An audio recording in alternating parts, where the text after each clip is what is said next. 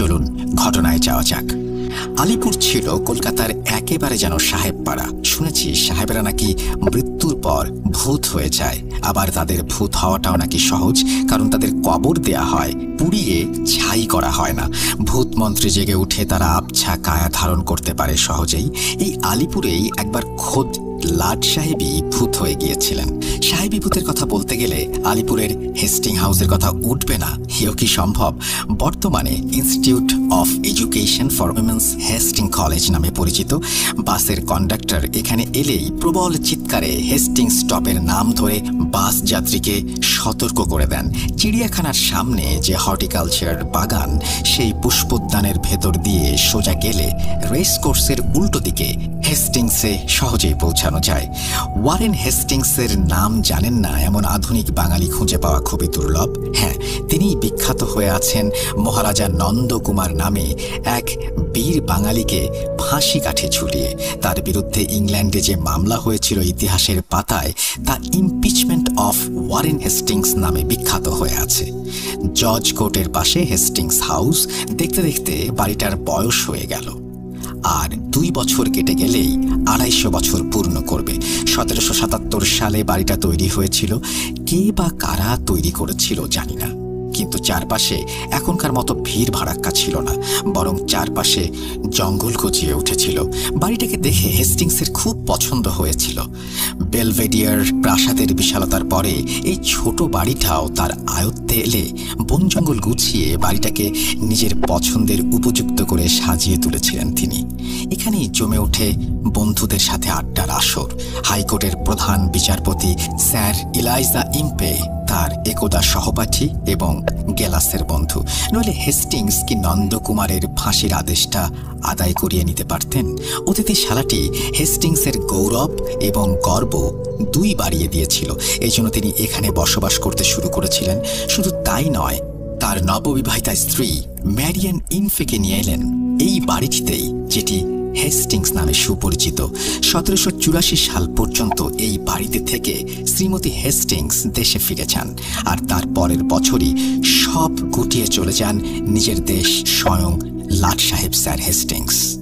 শ্রোতা বন্ধুরা, এখন মনে হতে পারে আজ হঠাৎ আমি এই হেস্টিংস হাউস নিয়ে কেন পড়লাম। এখন আসি সেই প্রসঙ্গে। হেস্টিংস হাউসের ভুতুরে ইতিহাস কম বেশি সবার জানা, তবুও যারা এখনো জানেন না তাদের জন্য সেই ইতিহাসের সারাংশ না হয় ঘটনার মধ্য দিয়ে মনে করিয়ে দেব। সেই সকল তথ্য ইতিহাসের পাতা থেকেই সংগৃহীত। কিন্তু ধরুন সেই ভুতুরে ইতিহাস এই 21 শতাব্দীতে যদি চাক্ষুষ মানুষের সামনে ঘটে, তাহলে বিষয়টা আমাদের মতো ভূত.com প্রেমী শ্রোতা বন্ধুদের এক বিশেষ খোরাক হয়ে দাঁড়ায়। যদিও সালটা কিছু অনিচ্ছাকৃত কারণবশত এড়িয়ে গেলাম, সেরকমই একটা ঘটনা নিয়ে হাজির হয়েছি আমি, সুকান্ত মাইতি। নমস্কার শ্রোতা বন্ধুরা, ঈদ মুবারক। জানি আপনারা সবাই আল্লাহর রহমতে ভালো আছেন, সুস্থ আছেন। চলুন আর কথা না বাড়িয়ে ঘটনায় যাওয়া যাক। আমার এক পরিচিত বন্ধুর মাস্তুত দিদি নাম প্রকাশে অনিচ্ছুক, তাই ধরে নিলাম ছদ্মনাম অনামিকা বোস। হেস্টিংস ওমেন কলেজ থেকে এমএড করেন। ঘটনাটি তার সাথে ঘটে। এবার দেশে ফিরে কলকাতার বিভিন্ন হন্টেড প্লেসের ঘটনা কালেক্ট করার সময় ফোন ঘোরাতে ঘোরাতে এক পরিচিত বন্ধুর কাছ থেকে অনামিকাটির কথা জানতে পারি। বর্তমানে উনি একটি শিক্ষা প্রতিষ্ঠানে শিক্ষকতা করছেন। যাই হোক, একদিন সময় করে বন্ধুর কাছ থেকে অনামিকার ফোন নাম্বার নিয়ে ঘটনাটি জানতে চাইলে অনামিকাটি বলতে শুরু করেন। আচ্ছা, তোমাদের কখনো মনে হয়েছে যে কেউ তোমাদের দিকে এক দৃষ্টিতে তাকিয়ে আছে, নিঃশব্দে গভীর অন্ধকার থেকে? অথবা মাঝরাতে ঘুম ভেঙে গেছে হঠাৎ, কারণ মনে হয়েছে কেউ তোমার পাশে দাঁড়িয়ে আছে? যদি কখনো এমন অনুভূতি না হয়ে থাকে, তাহলে ঈশ্বরের কাছে প্রার্থনা করো যেন এরকমটা কখনো না হয়। কারণ একবার যদি তুমি সেই অনুভূতির স্বাদ পাও, তাহলে তোমার জীবন আর কখনো আগের মতো থাকবে না। আজও কলেজের সেই দিনগুলোর কথা ভাবলে গায়ে কাঁটা দিয়ে ওঠে, যা আমার জীবনটাকে পাল্টে দিয়েছিল। আজও মাঝরাতে হঠাৎ ঘুম ভেঙে গেলে মনে হয় অন্ধকারের মধ্যে কেউ আমাকে দেখছে, নিঃশব্দে নিঃসঙ্গভাবে অন্ধকারের আড়ালে। বাঁকুড়ায় আমার গ্রামের বাড়ি। সালটার বললাম না। ঠিক করি এমএড করব, মধ্যবিত্তের বাড়ি, তবু বাবা সম্মতি দেন। সেই মতো ওই কলেজ খুঁজে কলকাতার উইমেন্স হেস্টিং কলেজে ভর্তি হওয়ার সুযোগ পাই। অ্যাডমিশন শেষের দিকে হওয়ায় হোস্টেলের সব ঘর ভর্তি হয়ে গেছে, একটি মাত্র ঘর ছাড়া। সেখানে গিয়ে উঠি। প্রথম দিকে খুব নার্ভাস লাগছিল, কিন্তু ধীরে ধীরে মানিয়ে নিচ্ছিলাম। হোস্টেলের পরিবেশ প্রথমে স্বাভাবিক মনে হলেও কোথায় যেন একটা কিছুর অভাব ছিল। মনে হচ্ছিল পুরো হোস্টেলের ভেতর একটা চাপা শূন্যতা বিরাজ করছে। আমার রুমমেট ছিল অভনী। প্রথম দিন ওকে খুব অদ্ভুত লেগেছিল। মেয়েটা খুব চুপচাপ, সবসময় যেন দুশ্চিন্তার মধ্যে ডুবে থাকে। তার মুখে একটা ভয়ের ছাপ স্পষ্ট অনুভব করেছিলাম। প্রথমে কিছু বুঝতে পারিনি, কিন্তু ধীরে ধীরে বুঝলাম ও কিছু একটা লুকাচ্ছে।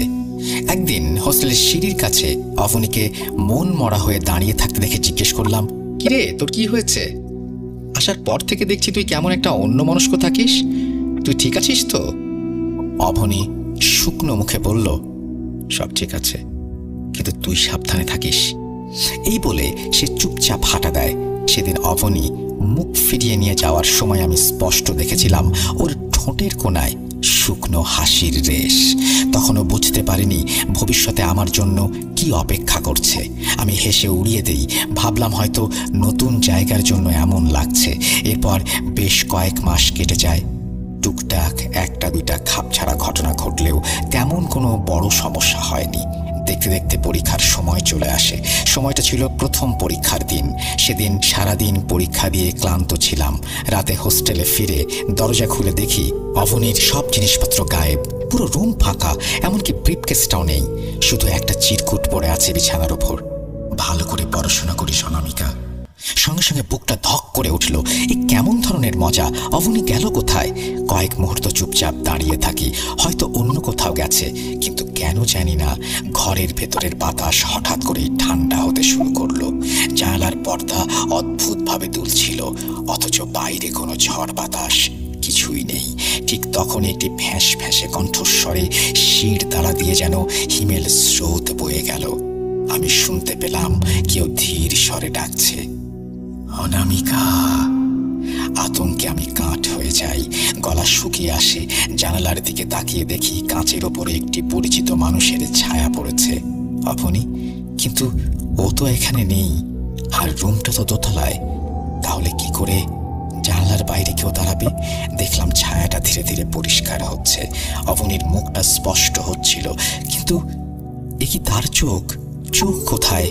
চোখের পরিবর্তে বিশাল গহ্বর, ঠোঁটের কোণা বেয়ে কালচে রক্ত গড়িয়ে পড়ছে। ফিস ফিস করে সে আবারও বলল, তুইও আমার মতো হবি।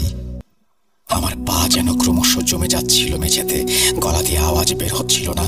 হঠাৎ কানের কাছে নিঃশ্বাসের গরম বাতাস অনুভব করলাম। ও কি আমার পাশে দাঁড়িয়ে?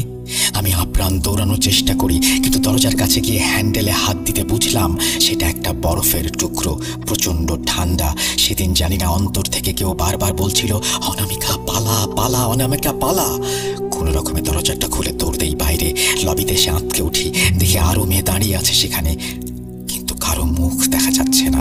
তারাও যেন সবাই একসাথে ফিস ফিস করে বলছিল, কোথায় যাচ্ছিস অনামিকা?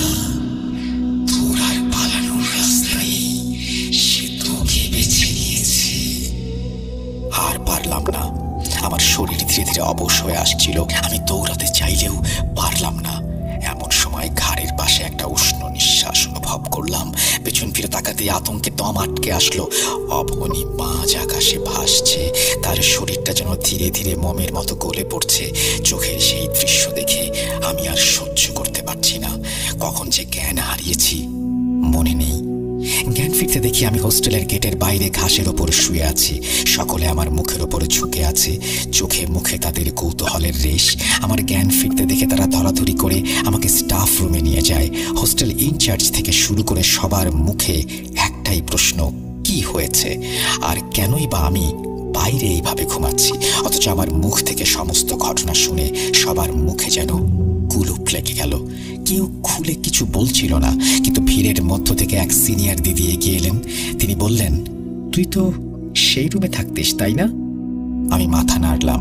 মেয়েটা গভীর শ্বাস নিয়ে বলল, ওই রুমে অনেক বছর আগে একটা মেয়ে থাকতো, যে পরীক্ষার চাপ সহ্য করতে না পেরে আত্মহত্যা করেছিল। তার নাম অবনী। তারপর থেকে যেই ওই রুমে থেকেছে সেই পাগল হয়ে গেছে, নয়তো কলেজ ছেড়ে চলে গেছে। ও এখনো ওখানে আছে, কেউই ওর কথা ভুলতে পারে না। আমি সব শুনে স্তব্ধ হয়ে যাই। হোস্টেলের শেষ দিকে আসায় সেই রুমটি পেয়েছিলাম, কিন্তু কেউ কিছু জানায়নি। আসলে সাহস করে এর আগে অনেকেই থেকেছে সেই রুমে, কিন্তু তেমন কিছু হয়নি। কেবল যাদের রাশি একটু দুর্বল, যারা একটু ভীতু, তাদের সাথেই নাকি এরকম ঘটেছে। আমিও সেই ভীতুর দলের। তাই আর দেরি না করে সেই দিনই রুম ছেড়ে অন্য এক সহপাঠীর রুমে শিফট হয়ে গেলাম। আর কোনো সমস্যা হয়নি, কিন্তু আজও মাঝরাতে হঠাৎ ঘুম ভেঙে গেলে মনে হয় পাশে কেউ দাঁড়িয়ে আছে নিঃশব্দে, অন্ধকার থেকে যেন বলছে, তুই পালাতে পারবি না। এই বলে অনামিকাদি থামেন। এখন আসি হেস্টিংস হাউসের কি সেই অতি প্রাকৃতিক অলৌকিক ঘটনা যা আজও ইতিহাসের পাতায় জ্বলজ্বল করছে। হেস্টিংস দেশে ফিরে গেলেন, সঙ্গে জাহাজ ভর্তি মালপত্র। বেশ কিছুদিন পর জিনিসপত্রের খোঁজ করতে গিয়ে তিনি তার অতি প্রিয় এবং গোপনীয় একটি কালো বাক্সের কোনো হদিশ পেলেন না, অথচ তাতেই আছে গোটাকতক গোপন ছবি আর বেশ কিছু গোপনীয় কাগজপত্র। সর্বনাশ, সেটা যদি কারোর হাতে পড়ে! আর দেরি না করে সঙ্গে সঙ্গে হেস্টিংস সাহেব তার প্রাইভেট সেক্রেটারি টমসন সাহেবকে জরুরি চিঠি পাঠিয়ে বাক্সটার খোঁজ করতে বললেন। প্রায় 2 বছর কেটে গেল। কালো বাক্সের মালিক ইংল্যান্ড ফিরে গেছেন। এর মধ্যে মালিকের অন্যান্য জিনিসের সঙ্গে সেই বাক্সটাও সম্ভবত নিলামে উঠে গেছে। টমসন কিছুতেই তার হদিশ করতে পারলেন না। তাই ক্যালকাটা গেজেটে বাক্সটার খোঁজ খবর চেয়ে একটা বিজ্ঞাপন প্রচারের ব্যবস্থা করলেন তিনি। সেই মতো 1787 সালে সেপ্টেম্বর মাসে এক বড় বিজ্ঞাপন বের হলো বাক্সটির খুঁটিনাটি প্রকাশ করে, কিন্তু তার খোঁজ পাওয়া গেল না। বিলেতে ফিরে যাবার আগে হেস্টিংস সাহেব বাড়িটার মালিকানা বদল করে গিয়েছিলেন, আর ভারতে ফিরে আসার পরিকল্পনা তিনি মাথাতেই আনেননি। ম্যারিয়ান তো আগেই ফিরে গেছেন বিলেতে। তার একটা পেছনের ইতিহাস ছিল। তিনি ওয়ারেন হেস্টিংস সাহেবকে বিয়ে করার আগেই বিবাহিত ছিলেন। প্রথম স্বামী ছিলেন ব্যারন ইনহফ। সুন্দরী ম্যারিয়ানকে দেখে হেস্টিংস সাহেব নিজেকে সংযত রাখতে পারেননি। নানান জাল বিস্তার করে তিনি ব্যারনের স্ত্রীকে ফুসলিয়ে এনে বিয়ে করেন। কিন্তু তার আগেই ম্যারিয়ান মা হয়েছিলেন, জন্ম দিয়েছিলেন জুলিয়াস ইমহফকে। স্ত্রীর এই প্রথম পক্ষের পুত্রটিকেই হেস্টিংস সাহেব হেস্টিংস হাউসটি দান করে যান। এর দখল নিতে অবশ্য জুলিয়াসের বেশ দেরি হয়েছিল। কে জানে বই পিতার এমন বদন্যতা তিনি গ্রহণ করবেন সেজন্য মানসিকভাবে প্রস্তুত ছিলেন কিনা। যাই হোক, জুলিয়াস ভারতে এলেন 1788 খ্রিস্টাব্দে এবং এসে ওঠেন ওই বাড়িতে। 11 বছর সেখানে বাস করার পর 1799 খ্রিস্টাব্দে তার মৃত্যু হয়। এই জুলিয়াসের ছেলে উইলিয়াম, চার্লস এবং জন, এরাও এই বাড়িতে থেকেই মারা যান এবং প্রত্যেককে ওই হেস্টিংস হাউসের ভেতরের মাঠে এক জায়গাতেই সমাধিস্থ করা হয়। জুলিয়াসের ওই 3টি ছেলের মৃত্যুকে জড়িয়েছিল অনেক জটিল রহস্য। সেই রহস্য এখানে জন্ম দিয়েছিল একটা প্রেতাত্মার। এত কাণ্ড যখন ঘটে চলেছে, তখন বেঁচে আছেন ম্যারিয়ানের প্রথম স্বামী ব্যারন। তার স্ত্রী বেহাত হয়ে গেলেও তিনি ভারত ছেড়ে চলে যাননি। হয়তো ভেতরে ভেতরে তার ইচ্ছে ছিল অপমানের বদলা নেবার। তার কথা কি কেউ মনে রাখেননি? তার কি এর মধ্যে মৃত্যু হয়েছিল? তার অতৃপ্ত আত্মা কি তখনও খোঁজ করে চলেছে স্ত্রী পুত্রদের স্মৃতিকে? না হলে নিশুতি রাতে ওই ঘন বাগানের মধ্যে সমাধিস্থলে হাতে একটা আলোর মতো কিছু নিয়ে ওই কবরগুলোর পাশে কে ঘুরে বেড়ায়? ব্যারনি কি, অথবা তার আত্মাই কি পুত্র আর পৌত্রদের কারখানা থেকে তার আত্মীয়তার সূত্র আবিষ্কার করতে চাইছিলেন? কে জানে। যাই হোক, 19বিংশ শতাব্দীর দোরগোড়া ছেড়ে চলুন 20 শতাব্দীর মধ্যাহ্নে। মেয়েদের শিক্ষা শিক্ষণ কলেজ ছাড়া বিহারীলাল কলেজ অফ হোম সায়েন্সও এখানেই অবস্থিত। হেস্টিং হাউসে মেয়েদের থাকার জন্য একটি হোস্টেলও আছে। সেখানকার এক পাচক ছিলেন। একবার তাকে জিজ্ঞেস করে এই বাড়ির সেই বিখ্যাত ভূত সম্পর্কে জানতে চাওয়া হয়েছিল, তবে তিনি চালাকি করেননি। বলেছিলেন নিজের চোখে তিনি কোনোদিন ভূত দেখেননি, তবে মাঝরাতে ঘোড়ার গাড়ির আওয়াজ নাকি তিনি পেয়েছেন, ভেতরের গোল রাস্তা ধরে চলে যাবার আওয়াজ। যারা ভূত দেখেছেন তারা বিভিন্ন জনের কাছে বলে গেছেন যে হেস্টিং হাউসের ভেতরে তারা একটা সাহেব ভূতকে দেখেছেন। অফিসের দেরাজ আলমারি সব হাট করে খুলে ঘুরছেন ঘরের এক কোণ থেকে অন্য কোণে। কি খুঁজছিলেন তিনি? তবে কি সেই কালো বাক্সটা যেটার ভেতরে আছে সেই দুটো রহস্যময় ছবি আর গোপন কিছু নথিপত্র?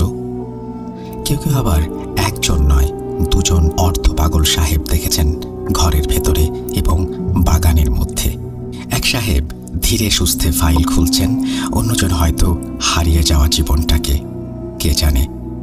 ঘরের মধ্যে পিয়ানোটাতে কেউ হয়তো অসামান্য কোনো সুর তুলতে চাইছেন। পাশের আলিপুর জেলের কারাবন্দীরাও সাক্ষী দিয়েছেন।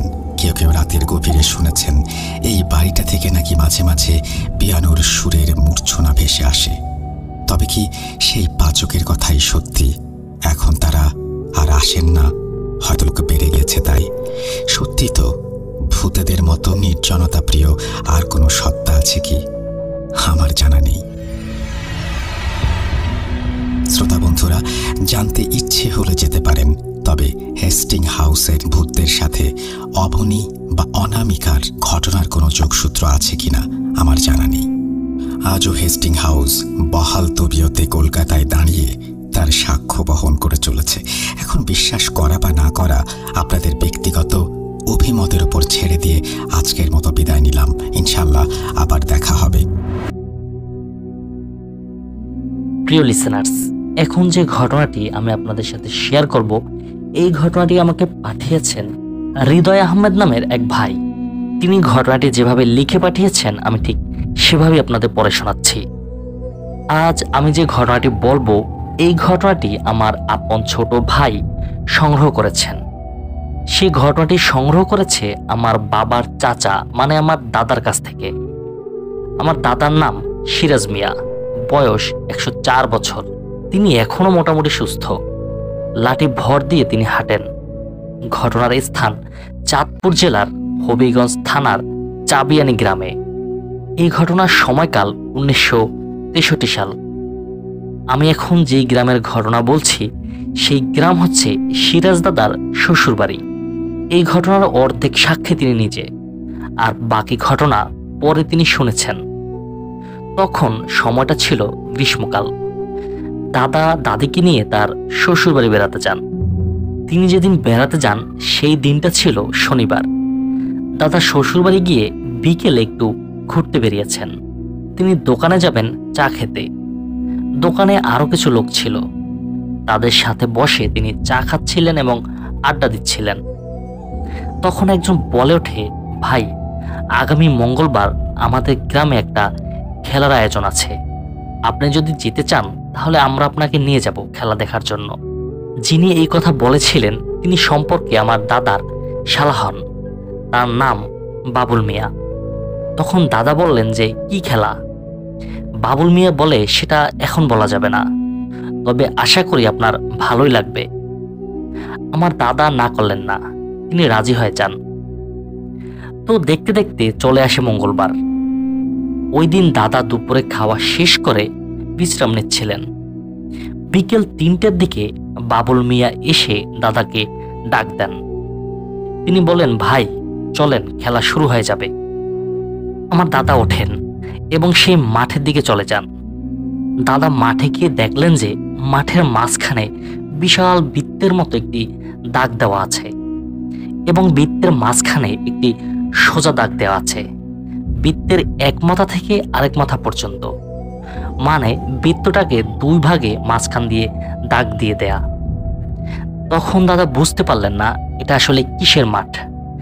দাদা ওই বাবুল মিয়াকে জিজ্ঞেস করলেন, এটা কি খেলার মাঠ? তখন বাবুল মিয়া সবিস্তারে তাকে বললেন। বাবুল মিয়া বলেন, এই খেলার নাম পাতা খেলা। আর যারা এই খেলায় অংশগ্রহণ করে তারা মূলত জাদুবিদ্যা করে। বিভিন্ন জায়গা থেকে জাদুকররা এখানে আসেন এবং এই খেলায় তারা অংশ নেয়।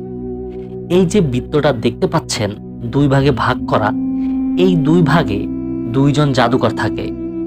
তারা ডান হাতে তালু মাটিতে রাখে আর মন্ত্র পড়া শুরু করে। তাদের লক্ষ্য হচ্ছে মন্ত্রের মাধ্যমে জাদুকরকে আরেক জাদুকরের কাছে নিয়ে আসা। মানে মাঝখানে যে দাগ দেয়া আছে সেই দাগ পার করে নিজের কাছে নিয়ে আসা। দুজনেই চেষ্টা করতে থাকে। যার মন্ত্রের ক্ষমতা বেশি সে বিজয় হয় এবং যিনি বিজয় হন তিনি বিশাল অঙ্কের টাকা নিয়ে নেন। মূলত তারা খেলার আগে নির্দিষ্ট কিছু টাকা জমা দেয় এবং যে বিজয়ী হয় সে পুরো টাকাটা নিয়ে যায়। তখন দাদা বলেন, এটা তো সম্পূর্ণ হারাম খেলা। বাবুল মিয়া বলে, এই খেলায় সবাই অংশ নিতে পারে না বা নেয় না, শুধু জাদুকরেরাই অংশ নেয়। দেখতে দেখতে মাঠের চারপাশে অনেক মানুষ জড়ো হয়ে যায় এই খেলা দেখার জন্য। অনেক জাদুকর সেখানে আসে। এই জাদুকরদের মধ্যে একজন জাদুকর ছিল দাদার শ্বশুর বাড়ির পাশে। তার নাম জয়নাল। তিনি জনা পাগলা নামে এলাকায় পরিচিত ছিল। তিনি খুব বড় মাপের একজন জাদুকর। যত জাদুকরই আসে, এই জয়নাল জাদুকরের সাথে কেউই পেরে ওঠে না। খেলা শুরু হয়। প্রথম 3 জন জাদুকর সেই জয়নাল জাদুকরের কাছে পরাজিত হয়। মানুষ করতালি দিয়ে উৎসাহিত করছেন এবং জয়নাল জাদুকর টাকাও পাচ্ছিলেন। তিনি খুবই আনন্দিত হন। হঠাৎ একজন তান্ত্রিক টাইপের লোক আসে এবং জয়নাল কবিরাজের সাথে তিনি খেলবে বলে জানায়। জয়নাল মিয়া খেলার জন্য রাজি হয়। খেলা শুরু হয়ে যায়। যখনই জয়নাল মিয়া মাটিতে হাত রেখে মন্ত্র পড়া শুরু করেছেন, তখনই মনে হলো জয়নাল মিয়াকে কেউ রশি বেঁধে টেনে হিঁচড়ে নিয়ে যাচ্ছে। জয়নাল মিয়া যতই নিজেকে আটকানোর চেষ্টা করছেন, কিন্তু তিনি পারছেন না। একসময় তিনি দাগ পার হয়ে যান। জয়নাল মিয়া হেরে যান। তিনি উপুর হয়ে পড়েছিলেন, উঠতেও পারছিলেন না। তাকে যখন ধরে উঠানো হয়, সবাই দেখে তার বুকের অনেকটা জায়গায় ছিলে গেছে। আর এটাই হলো জয়নাল মিয়ার প্রথম হার। জয়নাল মিয়াকে ওই তান্ত্রিক বলে, কি জয়নাল মিয়া, তোমার তো বেশ নাম ডাক, তুমি তো বেশ বড়াই করো, তোমার সাথে কেউ পেরে ওঠে না। এখন বলো কেমন লাগে? সামনের মাসে আমি আবার আসবো এই খেলায়, পারলে আমাকে হারাও। এই কথাগুলো জয়নাল মিয়ার শরীরে বিষের মতো লাগে। তেমন কিছু না বলে জয়নাল মিয়াকে নিয়ে কিছু মানুষ তার বাড়িতে দিয়ে আসে। খেলা সেদিনকার মতো বন্ধ করে দেয়া হয়। সবাই নিজের মতো বাড়ি ফিরে যায়। সিরাজ দাদা এইটুকুই দেখেন এবং কিছুদিন পরে শ্বশুরবাড়ি থেকে চলে আসেন। প্রায় 3 মাস পরে দাদা আবার শ্বশুরবাড়ি যান। দাদা শ্বশুরবাড়ি যাওয়ার পর বিকালে দোকানে চা খেতে যান। তখন দেখা হয় সেই বাবুল মিয়ার সাথে। আর বাবুল মিয়া দাদাকে বলে, আপনি চলে যাওয়ার পর এই গ্রামে ঘটে যায় এক ভয়ঙ্কর ঘটনা। তখন দাদা জানতে চান যে কি ঘটনা ঘটেছে। তখন বাবুল মিয়া ঘটনা বলতে শুরু করেন। বাবুল মিয়া বলেন, সেদিন খেলায় জয়নাল মিয়া হেরে যাওয়ার পর যখন তাকে বাড়ি নিয়ে আসে, তখন জয়নাল মিয়া 2-3 দিন খুব জ্বরে ভোগেন। তারপর তিনি সুস্থ হন। কিন্তু জয়নাল মিয়ার মনের ভেতর সেই তান্ত্রিকের বলা কথাগুলো ঘুরপাক খাচ্ছিল, আর প্রচণ্ড রাগে তিনি ফুঁসছিলেন। এখন পর্যন্ত কেউই তাকে হারাতে পারেনি, আর সেই তান্ত্রিক তাকে হারিয়ে দিয়েছে, তাও এত জঘন্যভাবে। এটা তিনি মেনে নিতে পারছিলেন না। তিনি প্রতিজ্ঞা করেন, যেভাবেই হোক সামনের খেলায় ওই তান্ত্রিককে তার হারাতেই হবে। জয়নাল মিয়ার বয়স ছিল মিডিয়াম, সুঠামদেহী মানুষ, রাগ ছিল প্রচণ্ড। এই পর্যন্ত বহু জিনকে তিনি বন্দি করেছেন বা হত্যা করেছেন। তবে মানুষের তেমন কোনো ক্ষতি তিনি করতেন না। মানুষ যেত তার কাছে বিভিন্ন সমস্যা নিয়ে। এর মধ্যে হঠাৎ একদিন জয়নাল মিয়া খুব ভোরে কোথায় যেন চলে যান। তার স্ত্রী তাকে বিছানায় না পেয়ে খোঁজাখুঁজি শুরু করে। সকালে তিনি মানুষজনের কাছে যান এবং সবাই তাকে বলে যে কেউই তাকে দেখতে পায়নি। ঠিক মাগরিবের পরে জয়নাল মিয়া ঘরে ফেরে। তার হাতে লাল কাপড়ে মোড়ানো কি যেন একটা ছিল, সেটা তার স্ত্রী দেখেনি। জয়নাল মিয়াকে খুব খুশি লাগছিল। এর মধ্যে জয়নাল মিয়া ঘর থেকে আর বের হয় না, কারোর সাথে তেমন কথাও বলে না।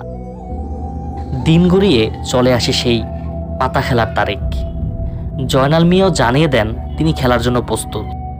কোনো এক মঙ্গলবারে খেলার তারিখ হয়। জয়নাল মিয়াও মাঠে চলে যান। সেদিন মাঠে অনেক মানুষ ছিল, ওই তান্ত্রিকও ছিল।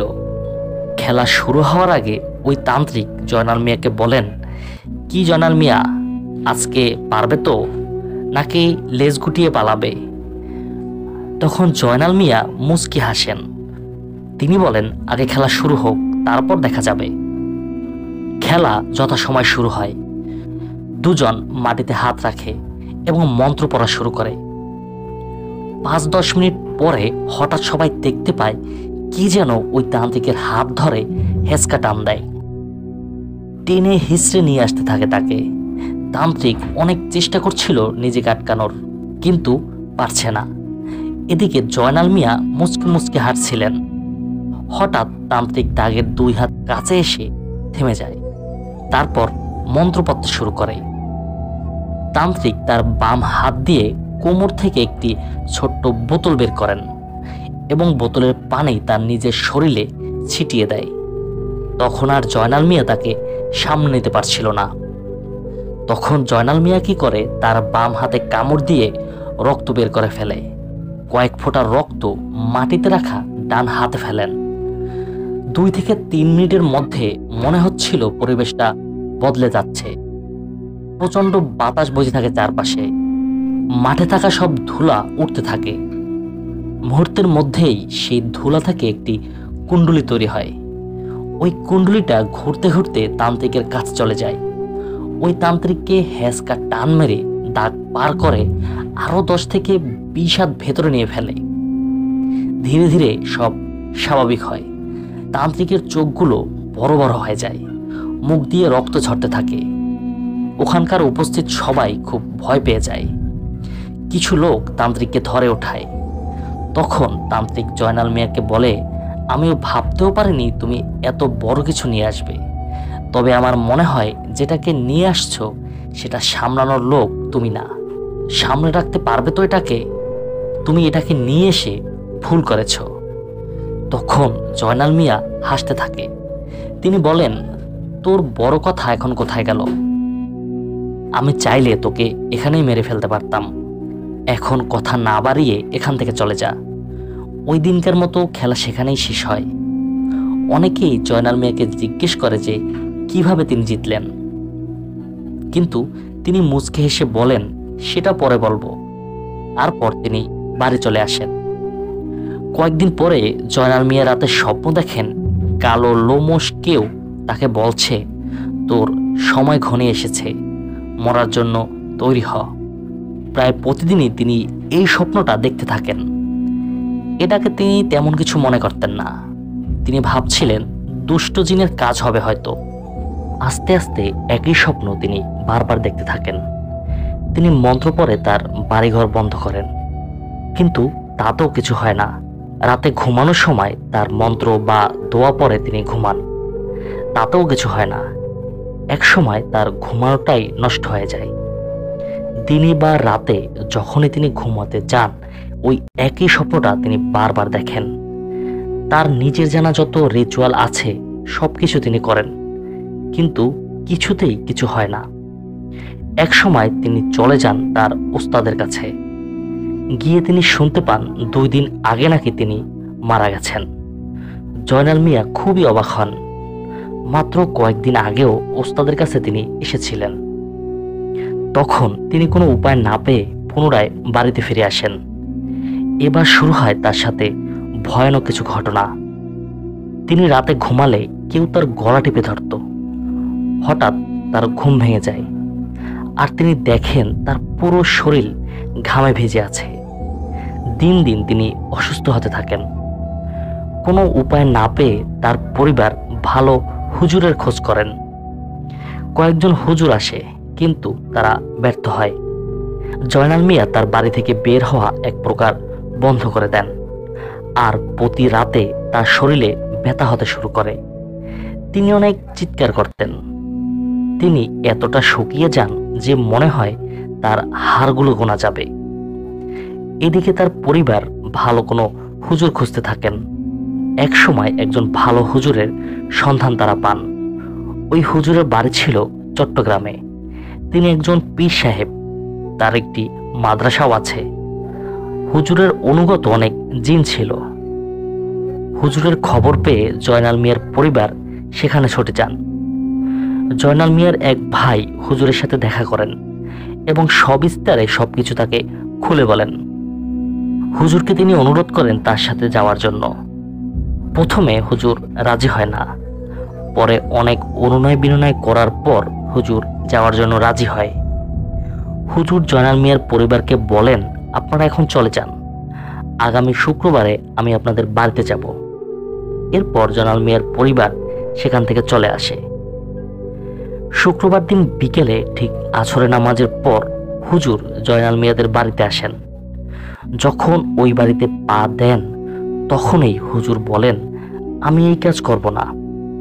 তখন জয়নাল মিয়ার পরিবার হুজুরকে জিজ্ঞেস করেন যে কেন করবেন না, একটু দয়া করেন, মানুষটা অনেক কষ্টে আছে, আর কিছুদিন এভাবে থাকলে হয়তো সে মারা যেতে পারে। তখন হুজুর বলেন, এই জয়নাল মিয়া ভয়ানক কালো জাদু করত, কুফরি করত, যা ইসলামে সম্পূর্ণ হারাম, আর আমি মনে করি এটা তার শাস্তি। সাধারণ কোনো মানুষ হলে আমি অবশ্যই তার চিকিৎসা করতাম, কিন্তু তিনি একজন জাদুকর, আমি পারবো না, আমাকে ক্ষমা করবেন।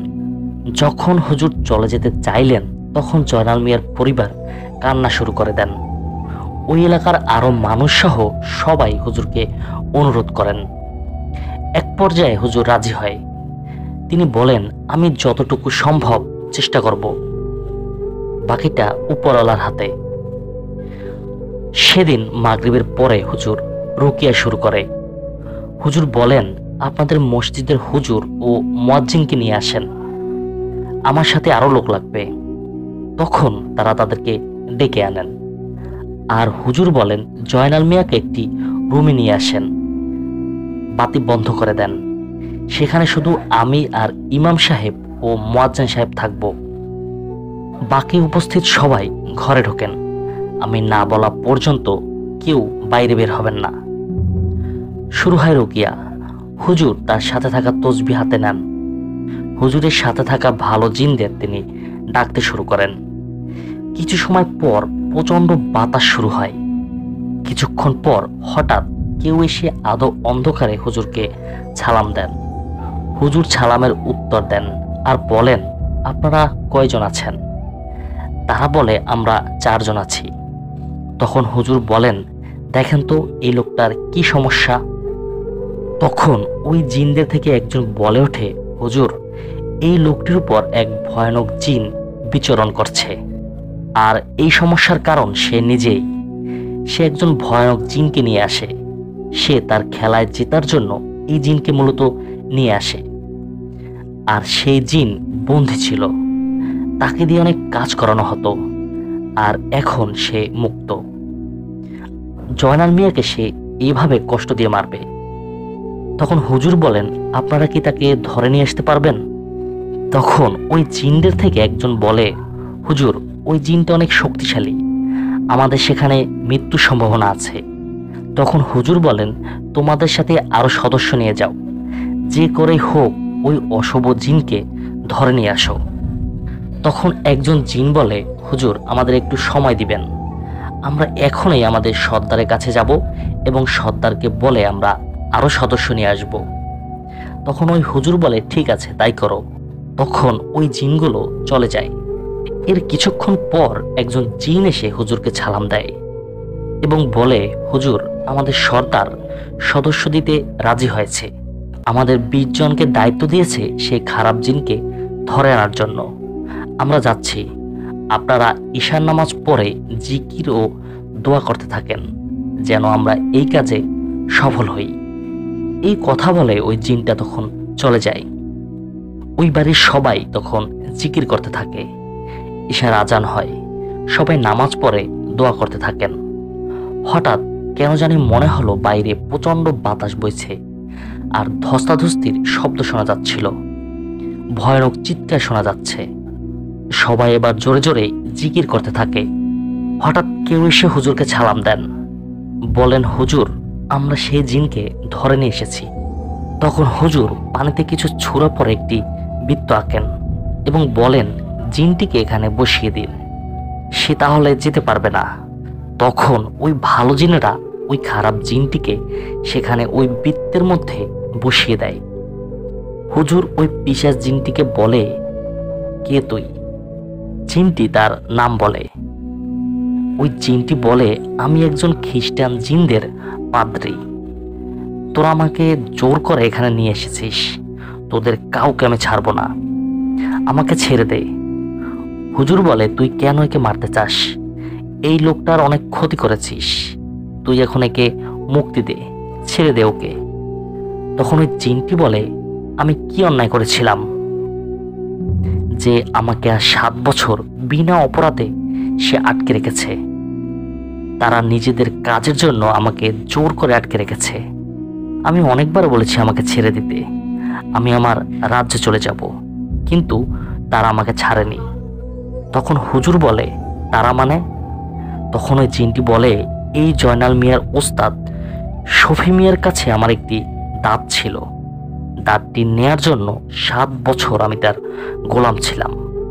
সে আমাকে দাঁত ফিরিয়ে দিবে বলে আমাকে দিয়ে অনেক জঘন্য কাজ করিয়েছে, কিন্তু দাঁত ফেরত দেয়নি।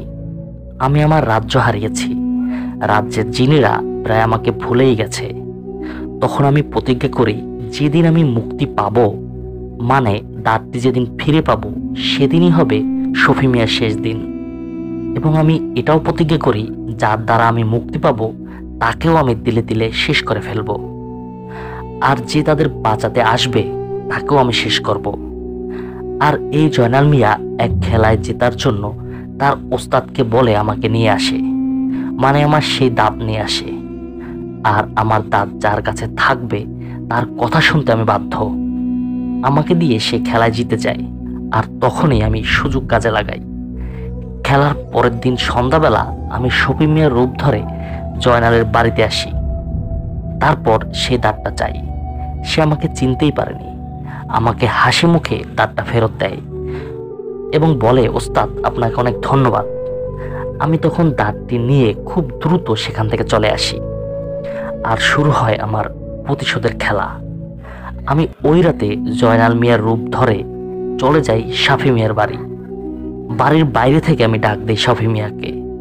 শফি মিয়া যখনই ঘর থেকে বের হয়, তখনই আমি এক ঝটকায় তাকে নিয়ে আসি, তারপর মেরে গাছের সাথে ঝুলিয়ে দিই। আবার আমি চলে আসি জয়নাল মিয়ার বাড়ি, তাকেও হত্যা করার জন্য। তখন ওই জিনটি হুজুরকে বলে, তুই তাকে বাঁচাতে এসেছিস, আমার ওয়াদা মতো তুইও মরবি। তখন হুজুর বলে, তুই আমার কিছুই করতে পারবি না, কার মৃত্যু কখন হবে সেটা মহান আল্লাহ তাআলাই ভালো জানেন। জিনটি হুজুরকে বলে, তুই মৃত্যুর জন্য প্রস্তুত হ।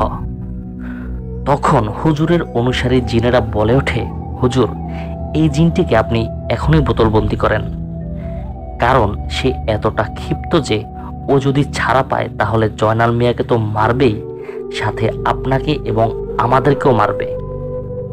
আমাদের একা পেলে সে মেরে ফেলবে, অতএব তাকে বোতলবন্দি করেন, আর না হলে আমাদের কাছে দেন।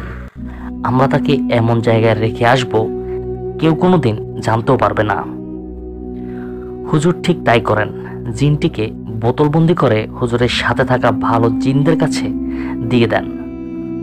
হুজুর দেখতে পান হুজুরের অনুসারী জিনদের মধ্যে কিছু জিন কান্না শুরু করেছে। তখন হুজুর তাকে জিজ্ঞেস করেন যে, তোমাদের কি হয়েছে? তখন একজন জিন কান্না করে বলেন, ওই খবিশ জিনকে ধরে আনতে গিয়ে আমাদের 2 জন ভালো জিন মারা গিয়েছে। এটা শুনে হুজুরের চোখেও পানি আসে। একটা মানুষের জন্য 2 জন ভালো জিনের প্রাণ চলে গেল। হুজুর সেই জিনদের জন্য দোয়া করেন। হুজুর এক গ্লাস পানি পরে ফু দিয়ে বলেন, জয়নাল মিয়াকে খাওয়াতে। হুজুর বলেন, এই পানি খেলে সে কিছুটা সুস্থ হবে, তার স্মৃতিশক্তি ঠিক নাও থাকতে পারে, কারণ ওই পিচার জিন তাকে অনেক ব্ল্যাক ম্যাজিক করেছে, সেগুলো সব কাটানো সম্ভব না।